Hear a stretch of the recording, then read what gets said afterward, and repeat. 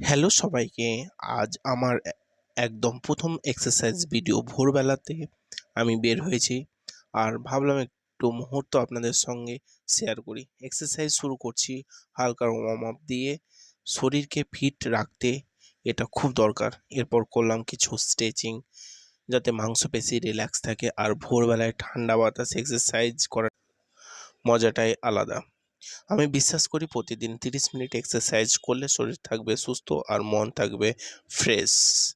এটা ছিল আজকের প্রথম এক্সারসাইজ ব্লগ।